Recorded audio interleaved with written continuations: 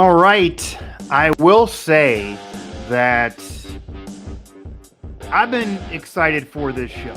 I've been excited for this next show, this next episode of All Three Phases here, brought to you by WV Sports Now. That's, of course, West Virginia football legend Rasheed Marshall, and I'm Mike Asti, and I've been excited for this show, and I don't want to say that losing is better by any means, because I know the fan base obviously wants this team to win, and obviously I want to cover some victories as well. This West Virginia program right now coming off of the loss to Texas, and as we speak right now, sitting at 2-3 and 0-2 in conference play.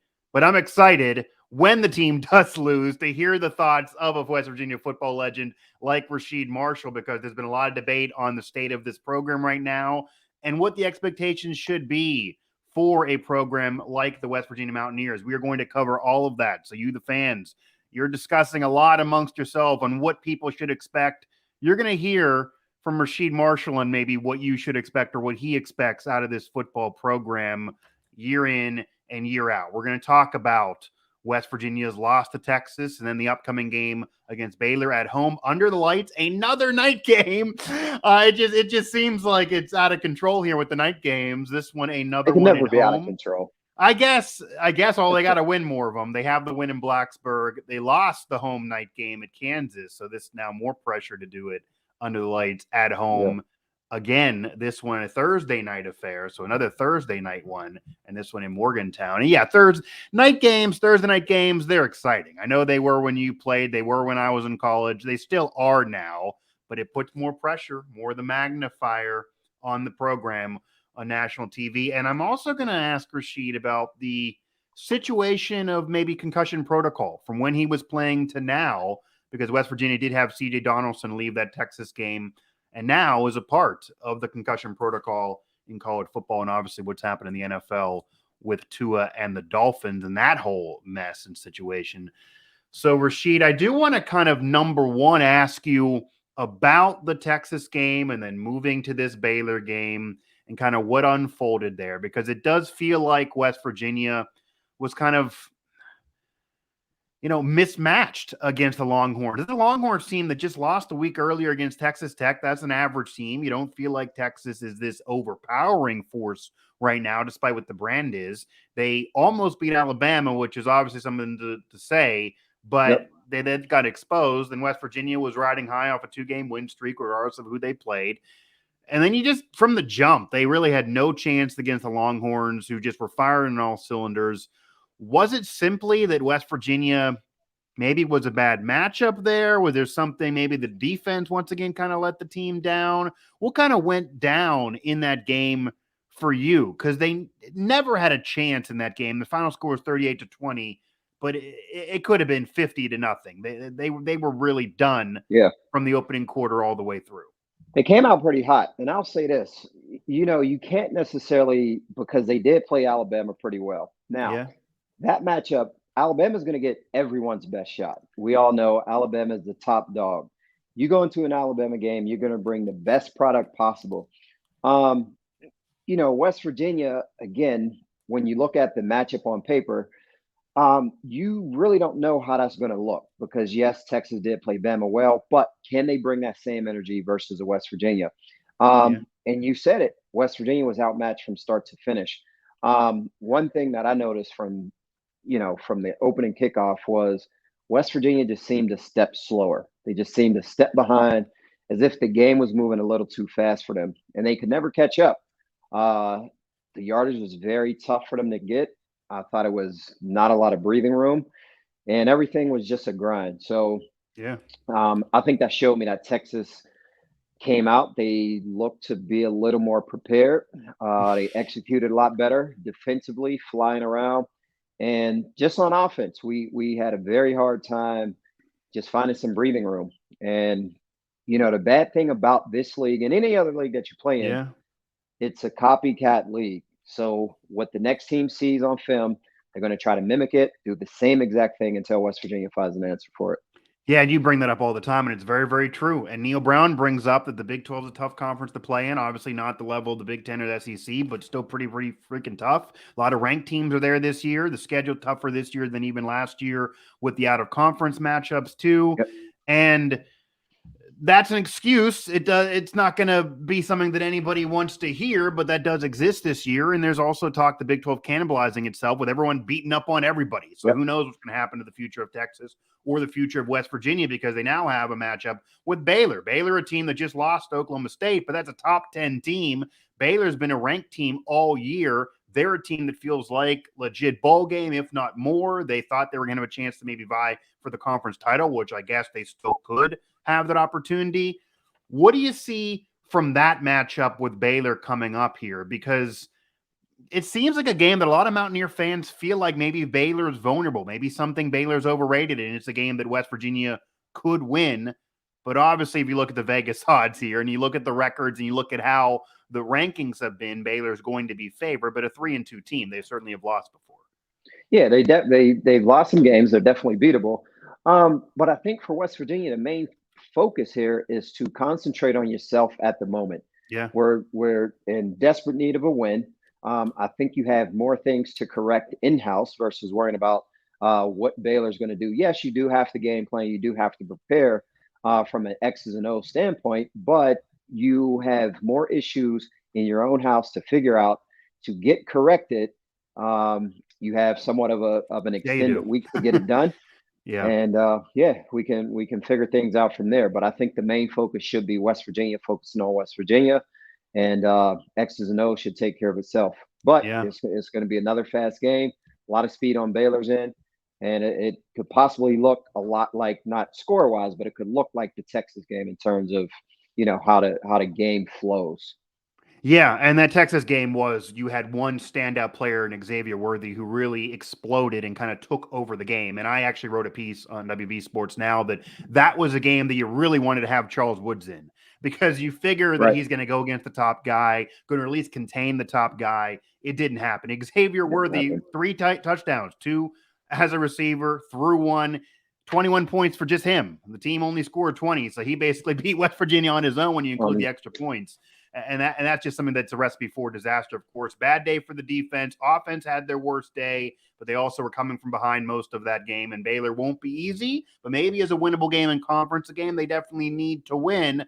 But you did talk about kind of fixing in-house first, and I think that's very, very important right now, and that'll segue. Rasheed Marshall, Mike Asti here. It is all 3 phases here on WV Sports Now, and you can also find us anywhere you can hear podcasts, Apple Podcasts, Spotify, Stitcher, TuneIn, etc. We're there also here on our YouTube channel. But one thing that I think needs fixed, and there are countless issues here, so I do push back on fans when they want to bring this up as like the reason they lost the game. There are plenty of reasons why this team is losing games. But one thing that I think is maybe the most annoying, if I had to rank the annoying reasons why this team is losing, is the receiver drop issues. JT Daniels right now remains as a top 25 Golden Arms quarterback in the country. He's having a great year. Okay, he's kind of quieting some doubters before when he was hurt a lot. He looks to be a guy that could play at the next level, if not be a coach, a very, very smart quarterback and a great leader. So he's finding the weapons, but 7 drops against Texas. Bryce Ford-Wheaton has even dropped some balls. He dropped that critical pass in the backyard brawl. He's got over it. He's had a great year, but you're still seeing drops. Caden Prather has really emerged as a favorite, but to say he's not dropped a pass wouldn't be true. Sam James has dropped critical pass after critical pass, Reed Smith, etc. Down the line, all the way from O'Lawton as a tight end, and now you're going to have C.J. Donaldson, who we'll get to later. He's going to be missing some time, so he won't be able to pick up the slack as a receiver in addition as a runner for you. As a QB who's a leader of this team, how do you help to correct this drop issue? Neil Brown talked about just being a fundamental issue. Are you just throwing basically regular routes in practice to get them back to the fundamentals? What needs to be done here, and how frustrating is this for JT Daniels, who's having a solid year? He's not going to throw anybody under the bus, but 7 drops in a game is too much, and that's a big game and is a factor at this point. The drop issue just got to get cleaned up. So not to go down a deep, dark hole here, but you're welcome to. You're a legend. You can go down, all right? If you'd like to. So go ahead. Here's what we're going to do, all right? You only have so much time within a practice, all right? There's going to be special teams. There's going to be offensive breakdowns. You have your situational period. You have your individual periods. There's no time during practice for a receiver to get extra time to get extra catches in. Okay. That has to happen outside of the coach's eye. That has to happen after practice. So it starts from within.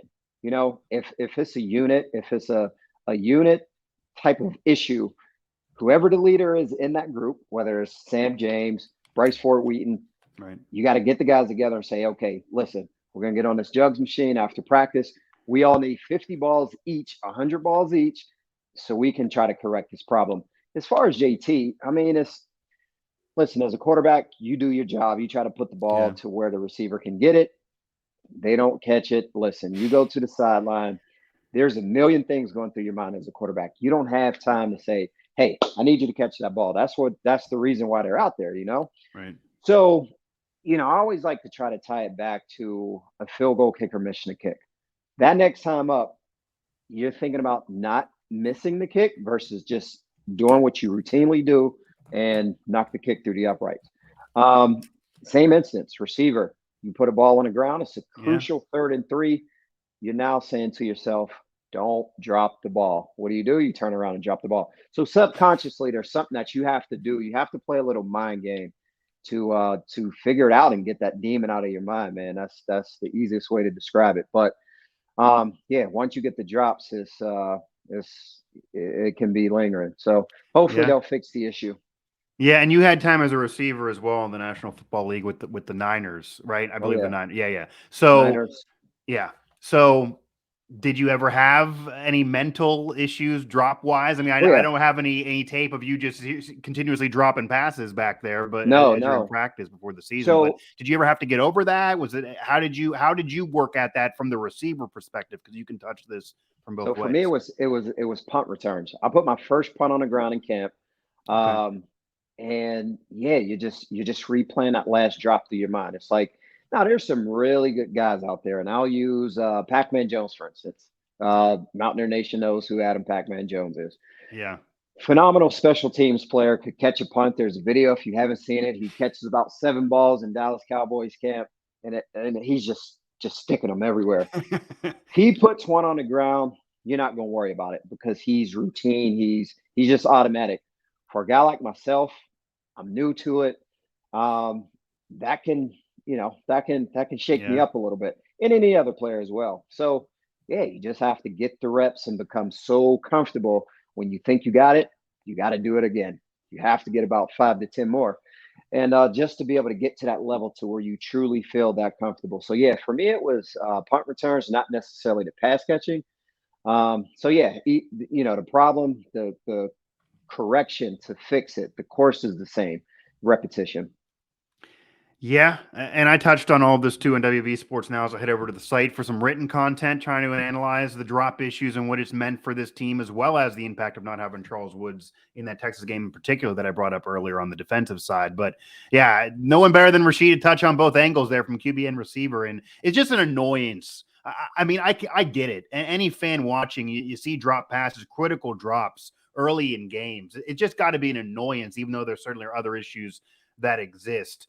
Rasheed, what I also want to touch on here, and this is kind of an important conversation, and it's been a conversation that's existed in the National Football League, but then unfortunately also involved West Virginia and the West Virginia football program with the whole concussion conversation and now what the concussion protocol is. And Neil Brown I will tell you at his media session this week, he kind of was even seemingly scared to talk about it and just said, hey, this is something that I just let be by the book. I don't try to micromanage this because we're talking concussions here.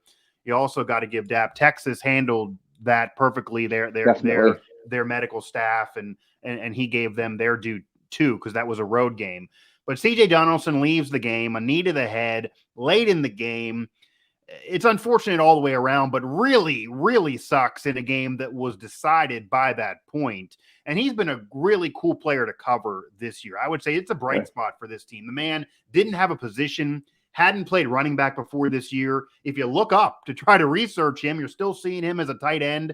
He's playing running back. He's putting up numbers, doing things we haven't seen since Steve Slayton for West Virginia. And leaves the game, has to be carted off, gives the thumbs up. That's all positive, but nobody knows. I mean, just getting a thumbs up, that kind of felt really to be a bad vibe. I'll say. And then you do hear the reports that he's moving to extremities. That's great. He was in stable condition. He then released a statement that he's going to be okay, but he's out. Who knows how long he'll be out? It's a freshman. They're certainly going to take care of him. He's in concussion protocol. And this is only a few days after the Dolphins had a situation with Tua where he had an injury that some think was a concussion, some think was a back injury days earlier on that previous Sunday.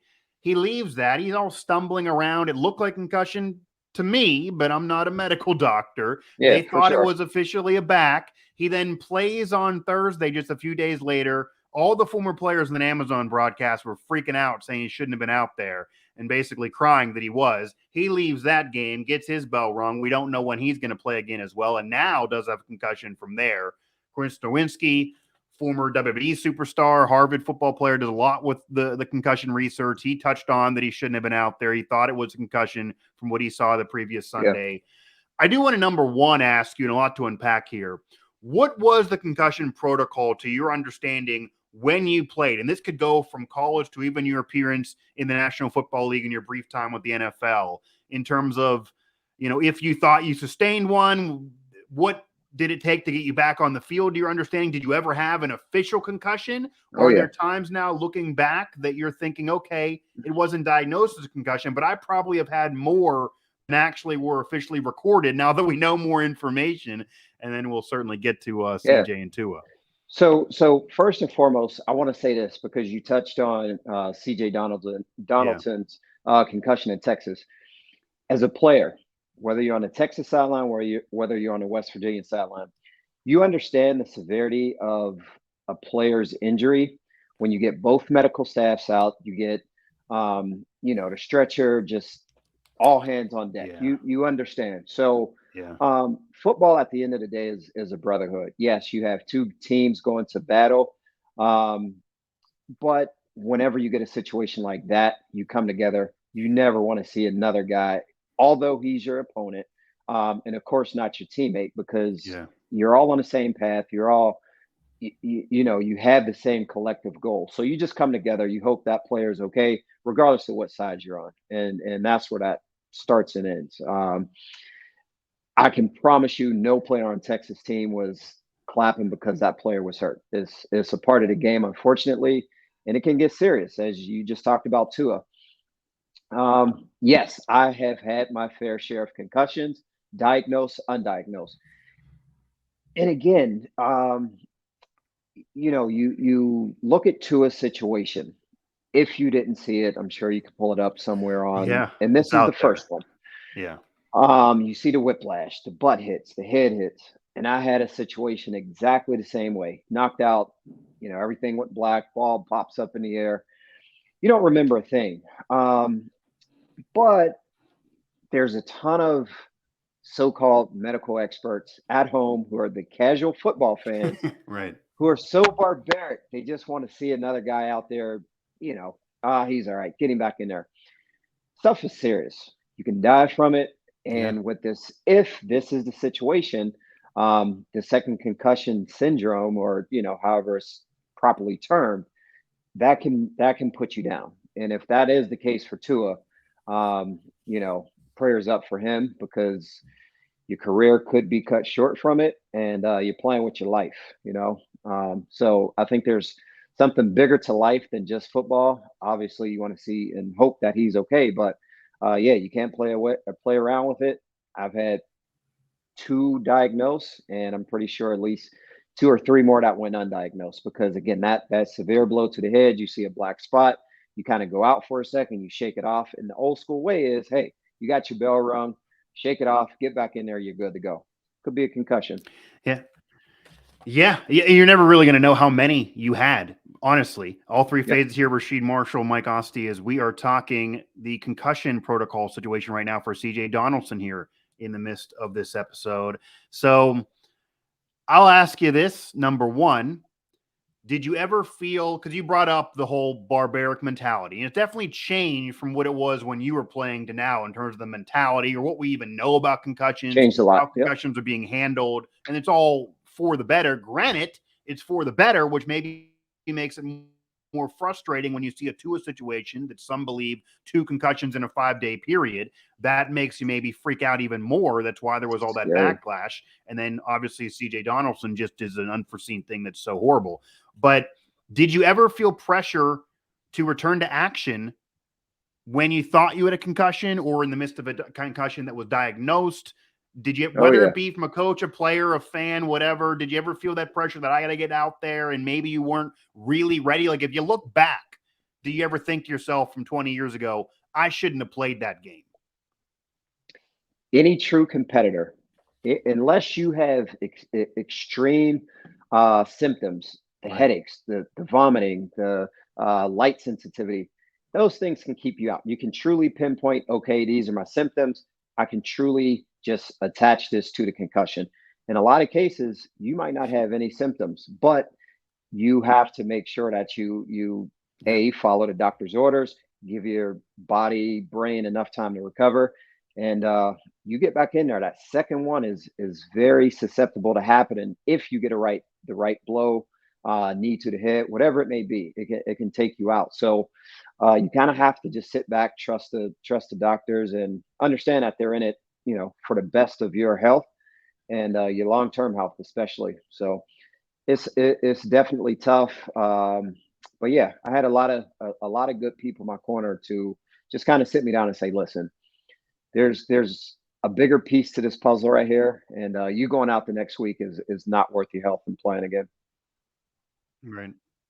Right. And I did even see some people saying, well, where's the culpability on Tua? Because he was saying it was a back injury, not a concussion. He was forcing himself out there as well. But it's hard to put it on the player. Any player worth a damn is going to want to be out there, especially when it's something that it's not a broken leg. You're not bleeding. You don't see something directly. So you're going to want to be out there. It is up to either a coach and someone on the medical staff. And the NFL is doing an investigation. The Dolphins claim they did everything on the up and up. They claim it was a back. He said it was a back. But I will then ask you, and again, we're not medical professionals here, both Rasheed and myself. We don't have medical degrees. So obviously we could be incorrect, but I wanted to get your assessment as a former player that you say has dealt with concussions, maybe some diagnosed, some undiagnosed. You brought up the video, and you saw the video, and I want to go to the Sunday before the Thursday game for Tua. So he then got his bell rung on Thursday, leaves the game. Who knows about his future? But the Sunday before, you saw the video. The NFL has the no-go policy, which basically says if a player's looking like they shouldn't be out there, and if they can't compose themselves, then you can make the determination they shouldn't be out there. The Dolphins did put him back out there a few days later. You saw the Sunday of the quote-unquote first believed concussion.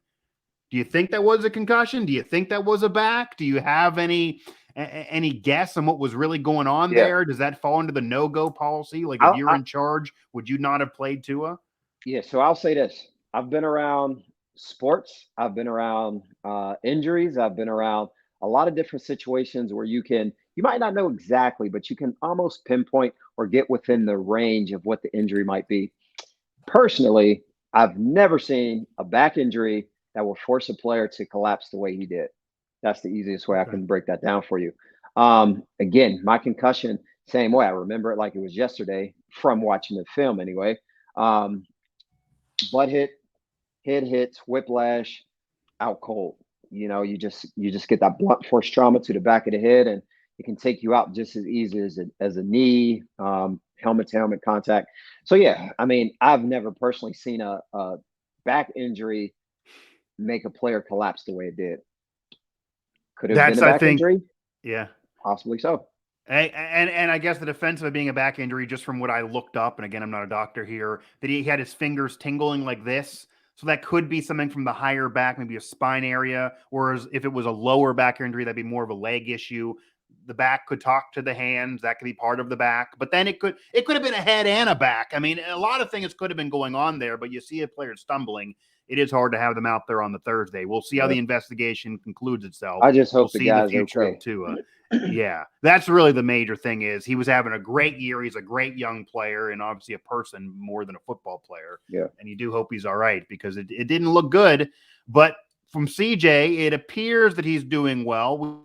We don't know how long he'll be out, but he says he's okay. Neil Brown says he's okay. It could have been much worse for him as well. Rasheed Marshall, Mike Asti here. It's All Three Phases, brought to you by West Virginia Sports Now. Before we go, though, Rasheed, I also want to get your take, and I teased this at the beginning. I purposely waited it to the end for people to listen to get here. I want to get your thoughts on a couple things, and this has become a debate amongst fans, mostly on Twitter, and you can take that with a grain of salt. But people are basically debating what the expectations should be for a West Virginia fan, because now this is year 4 for Neil Brown, and everybody and their brother discusses whether he should be around. But just off of expectations, this is year 4 for Neil Brown. Won a bowl game a couple years ago. Last year loses a bowl game, 6-7. That first year was rough. This year, right now, it's certainly in doubt if they're going to even be bowl eligible. 2-3. That schedule's looking tough coming up here to even get 4 more wins to get to the 6. So nothing's guaranteed there. West Virginia is a program, 15th winningest program in history. There's major bowl victories. There's a lot going on. Hasn't won a national title yet, but we could argue the 1922 season should be claimed because they were undefeated 100 years ago. A lot of success, a lot of great players like yourself. A lot of down in the dumps times, a lot of gut-wrenching moments that could be brought up, getting so close and not getting there. But it's a program that has a lot of rich history behind it. But it's not Alabama. It's not Ohio State. It's not that elite program that every single season is going to be a top 5 or contending for a national championship. It's in a tough conference in the Big 12, but there also are tougher conferences out there, and things are changing with who's teams coming in the conference, teams leaving the conference for the future, and who knows where West Virginia will be in the coming years as well.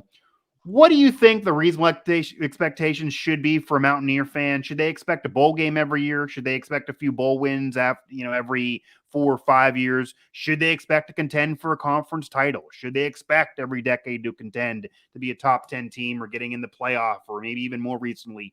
What should it be? Because it feels like it's all over the spectrum.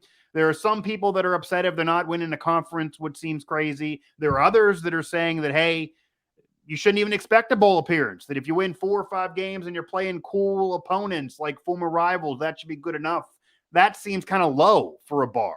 What's your bar when you enter a season and on a regular basis, now being a fan of this team that you played for and became a legend with, to expect and say, this is good? Is there a win total? Is there something to achieve? So 2 things right off of the bat.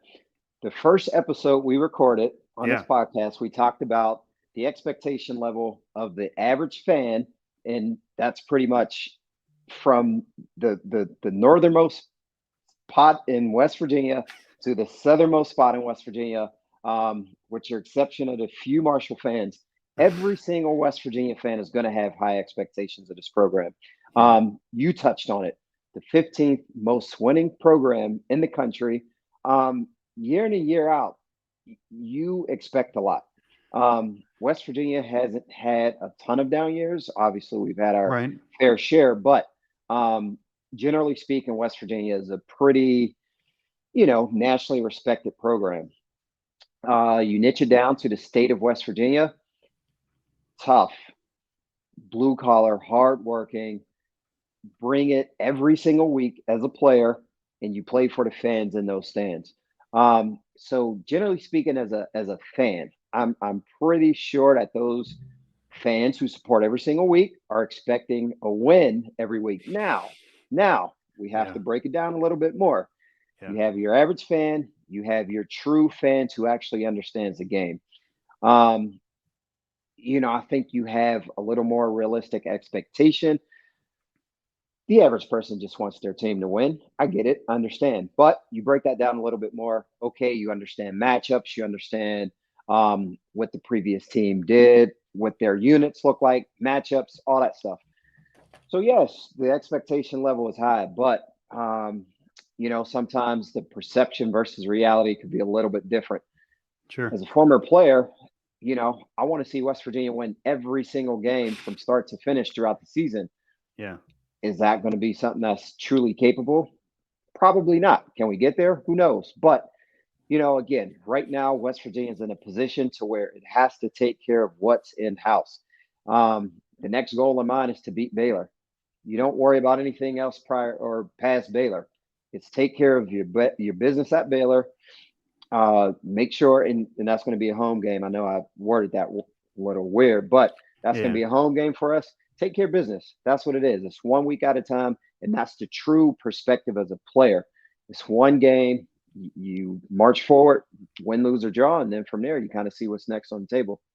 Yeah, and players and coaches aren't worrying about this. They are taking one game at a time. They're only worrying about Baylor. They're not worrying about what we need to do the rest of this season or how many wins should happen each individual year. Do you have a win total, though, to kind of narrow it down? Like, for example, you mentioned wanting to win every week, but obviously that's not realistic to do every single season. Even Alabama loses occasionally. Right. So if, say, West Virginia would win 7 games in a given year, regardless of just situation, just in general, would that be viewed as a good season to you, or do you think the bar should be higher at 8 and above on a maybe regular basis? If this team doesn't make a bowl game, is that obviously a bad year, or do you look deeper into the schedule? Do you dissect it like that, or do you have a win bar? Do you expect a bowl game appearance every season, or Neil Brown being there for 4 years, 1 bowl win?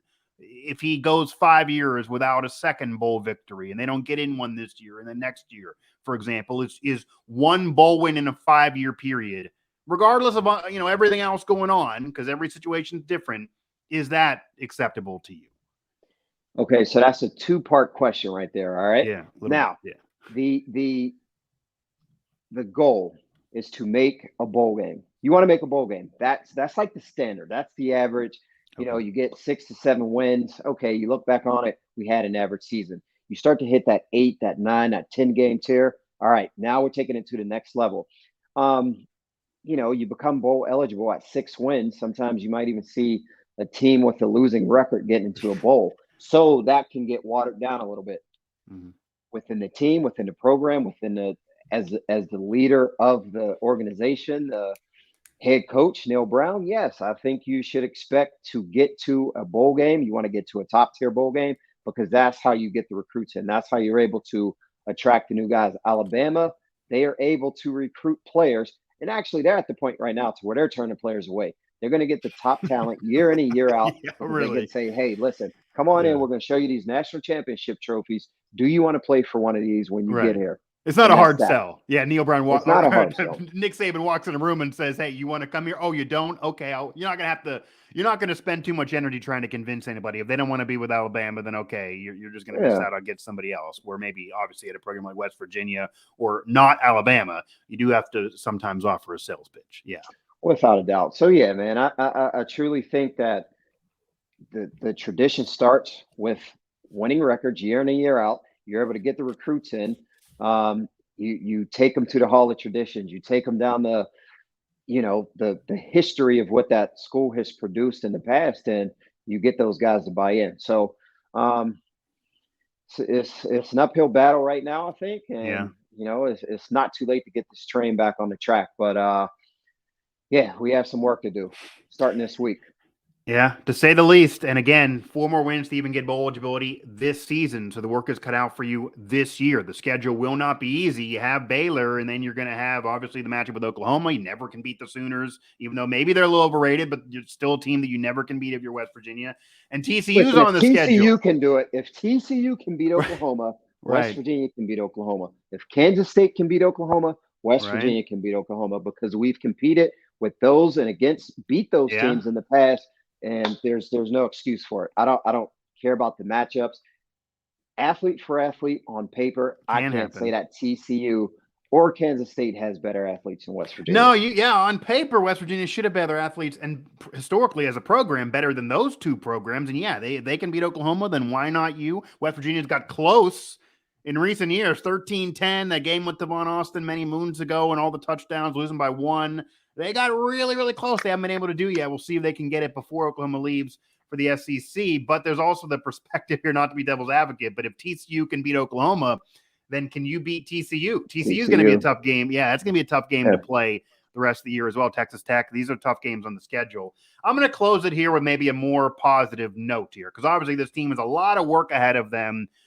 Expectations, I guess, are irrelevant, but everyone has a different set of expectations for this program moving on. But Neil Brown knows he's under pressure, knows the seed's getting a little hot here, and obviously a losing record and missing a bowl game.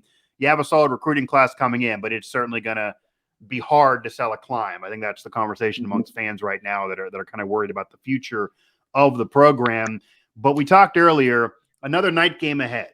West Virginia is hosting Baylor Thursday night under the lights. West Virginia's already lost the night game. That was a Saturday night game to Kansas earlier this year. They won a night game against Virginia Tech in Blacksburg, then losing a night game in Austin against Texas. It's been night game city for the Mountaineers this year. One good, and most of them have actually been bad for West Virginia this year. Your experience to even now looking at the excitement for this program as they're trying to turn the corner, they're trying to build things.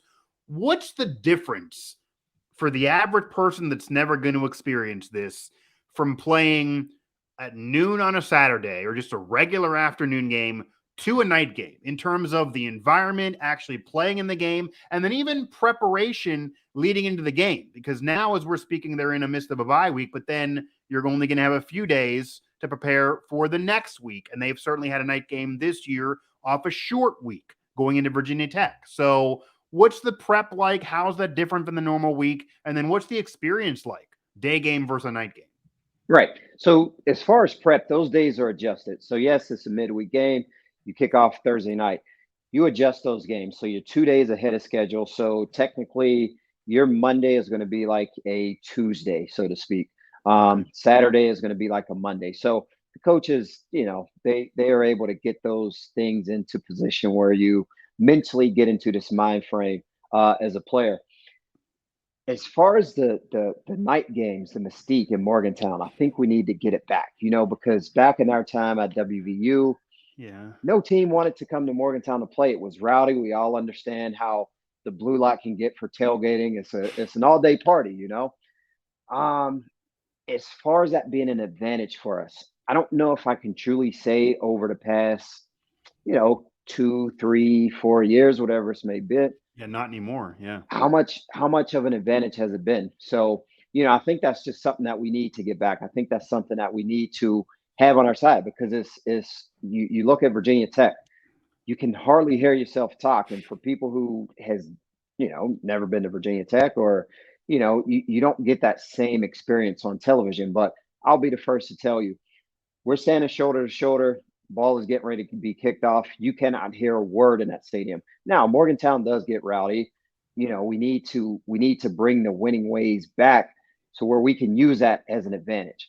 No fan wants to sit in the stands and see I'm not going to say a blowout, but in the second, third quarter, we're not competitive. We're not in that game, and we don't have that advantage to our side. That's something that we need to utilize and get back to, being something that we can use as a favor for our winning ways. Yeah, it's cool. I mean, even to have attended some night games as a student, it's definitely a cool atmosphere. It's more fun than a day game. You got obviously national TV usually in these cases that highlights the program, but maybe there's added pressure there as well because more people are going to be watching you. Look at all the ratings from the Backyard Brawl. That also was a night game. They didn't win that one. Look at all the ratings from the game in Blacksburg for the Black Diamond Trophy. People are watching, so it adds that mystique to it. But yeah, under the Rich Rod era, even a little bit after, you go to Morgantown at night, you're in trouble. That's not been the case here in recent years. It's certainly not been the case this year. And that is something that West Virginia certainly can look to change. We'll see what the atmosphere is like. It is striped the stadium, so I imagine the fans are going to be there. It's going to be a packed house being a Thursday night. And this week, they'll have a long break ahead to prepare. So now, all the way till then, it's a bye week, but Neil Brown's preparing now. So you got basically a week and a half to prep for that game. So there will be no excuse of not being ready, like maybe the vibe was for the game in Austin. Rasheed, always love talking to you, man. I know you have a lot going on in your life. You have a busy schedule as well. So I'm glad we can figure out time to do this occasionally for Mountaineer Nation. I always look forward to it. Yeah. Do you have any words of wisdom or any last word or any advice you want to give? You want to talk to any? I know some players watch this, by the way. I hear some things when I'm there. So do you have anything that you want to say? The vibes are not good right now, no matter what we say around this program. I'm sure the players hear it. Maybe they should go social media dark right now if I were them. But anything? I mean, unfortunately, I've been a part of a transition year. I want to say it was Coach Rod's second season.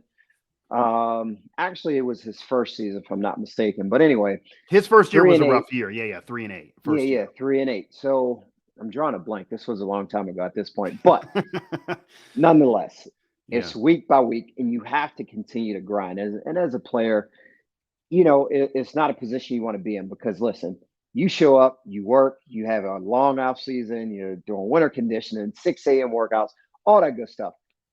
Football is a game where sometimes hard work doesn't always equate to success.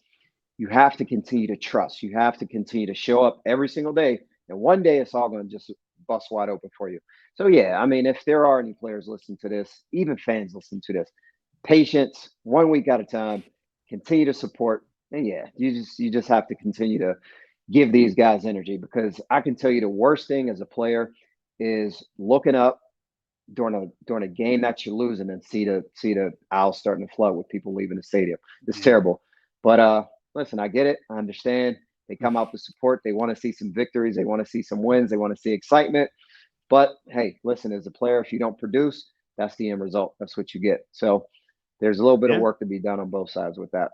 Yeah, it's the nature of the beast. I don't think anyone's going to feel sorry for anybody. They know what they're getting into. But yeah, it is tough to maybe get your mental right when you're dealing with the grind of a season like this and you feel like Yeah. one bounce or another bounce or this moment or that call or that decision could be 5-0 right now. Instead, 2-3, 0-2 in conference play, which is the toughest pill to swallow there. And we'll see next time we speak if they have that night game win under their belt, or maybe have another game one under their belt, or if things are changed here. It's been the ebb and flow of the season, like the ebb and flow here of the podcast. Rasheed Marshall, Mike Asti. This has been All Three Phases here, presented by West Virginia Sports Now.